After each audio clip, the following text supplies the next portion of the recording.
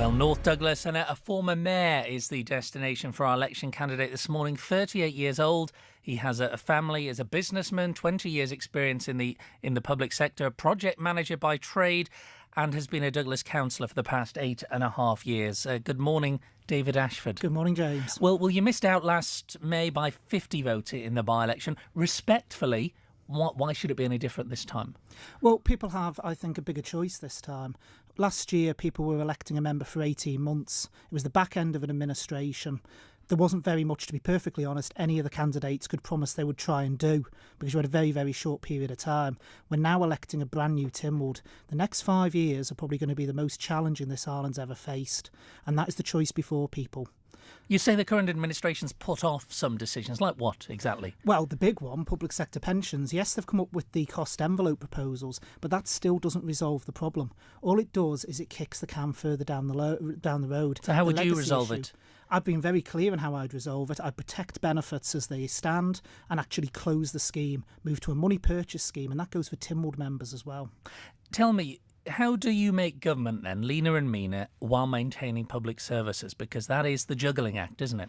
I think it's the whole setup of government. It's the whole way that it's actually formulated. For instance, the number of departments, I think that can be radically reduced.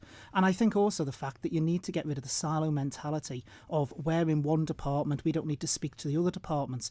At the end of the day, we're a small jurisdiction, it's Isle of Man government, and all the departments should be working together for the betterment of the island. You say you want investment in frontline services rather than vanity projects. Give me an example. I gave an example to Stu Peters last week, and it'll be the same one. It's the SLOC.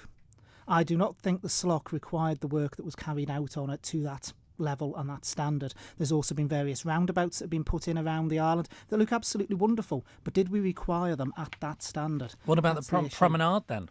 Well, my views on the promenade are very much on public record. It's an absolute disgrace to have spent £1 million and not even got a spade into the thing so far. It's just unbelievable. If some of you and your council colleagues hadn't played a blinder and pulled out of the horse trams at short notice, perhaps the scheme would have started by now. I've heard this said by some elements of government. What utter nonsense. But it did throw it up right in the air. We did, but the council, at the end of the day, was the operators. We made clear that we did not believe it was viable for Douglas ratepayers to fund it anymore. It's government that stepped in and decided to take them over. There's been no pressure from Douglas Council for them to do so. That was their choice. So they might like to fire it back at us and say we've played a blinder, but we were doing what was best for Douglas ratepayers. Tell me, you talk about the size of government there, local authority reform. You want to reduce, I think you're on record as saying you want to reduce the authorities from 24 to 5, but that would include Douglas remaining in place, albeit with fewer councillors.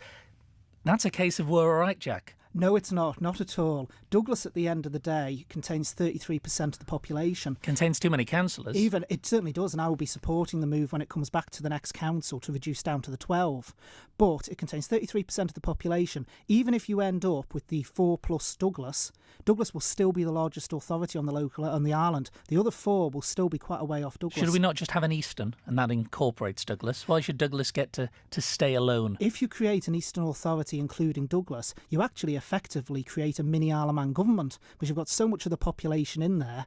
You're effectively no longer a local authority. You're acting effectively as a pseudo government.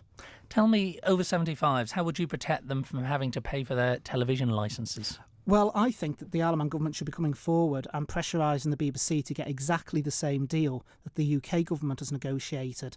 It's £700,000 a year at the moment, but the BBC is going to pick up the cost in the UK by thirds over the next few years.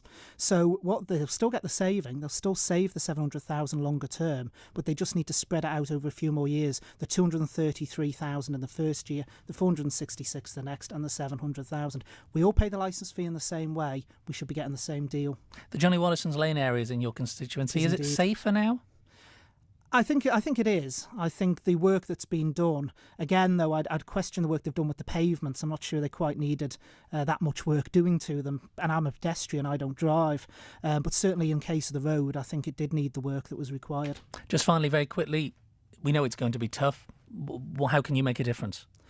I think I've got the passion and the energy to do so, but I think I've also got the experience. I've got 20 years of private sector experience. I've got 8.5 years of public service experience in Douglas Council.